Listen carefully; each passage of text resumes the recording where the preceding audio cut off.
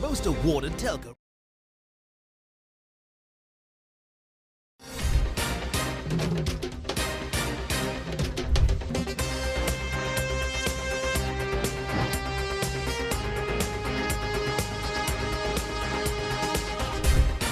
Live from the National News Studio, Sri Lanka.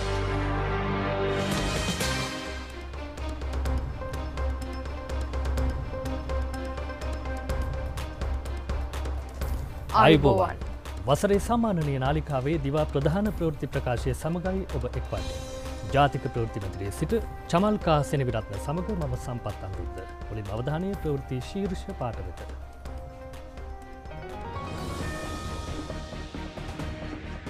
දකුණු ඉන්දියාවේ දේශපාලන රැලියක් අතරතුර තෙරපීමක්. 39 දිනකු ජීවිතක්ෂයට 50කට තුවාල.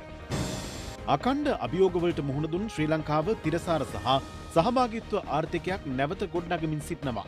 ජනපති ජපානයේදී පවසයි. කොළඹ ජාත්‍යන්තර පොත් ප්‍රදර්ශනයට අද අතිවිශාල ජනකායක්. ලෝක සංචාරක දිනයට සමගාමීව ස්ථාන රැසක සංචාරක ප්‍රවර්ධන වැඩසටහන්. ඇහැලියගොඩට තැඹිලි අපනයන ගම්මානයක්. ප්‍රදේශ රැසකට අදත් වැසි. ආසියානු කුසලාන ඉන්දු පකිස්තාන අවසන් ගැටුම අද.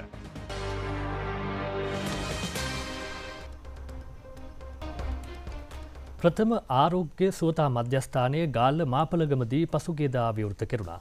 ඒ අමාත්‍ය වෛද්‍ය නලින්ද ජයතිස්ස මහතාගේ ප්‍රධානත්වයෙන් සුවපත් රටක් උදෙසා නව්‍ය වැඩසටහන යටතේ මේ වසර තුළ ප්‍රාථමික සෞඛ්‍ය සත්කාර මධ්‍යස්ථාන 100ක් ජනගත කිරීමට නියමිතයි.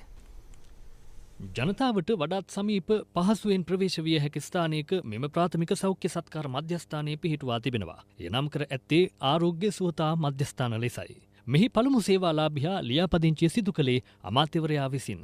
මාපලගම තල්ගස්වල ගෝනලගොඩ යන ග්‍රාම නිලධාරී වසම්වල 5000ක පමණ පිරිසකට මෙමගින් සේවා සැපයනු ඇති. සාමාන්‍යයෙන් තියෙන්නේ ප්‍රතිකාර මධ්‍යස්ථාන. ඔබ රෝහලකට ආවොත් අපි බලන්න. එහෙමනේ සාමාන්‍යයෙන් තියෙන්නේ. හැබැයි අද ලෝකයේත් අපේ රටේත් සෞඛ්‍ය පද්ධතියක් හැටියට පරිවර්තනය විය යුතුයි.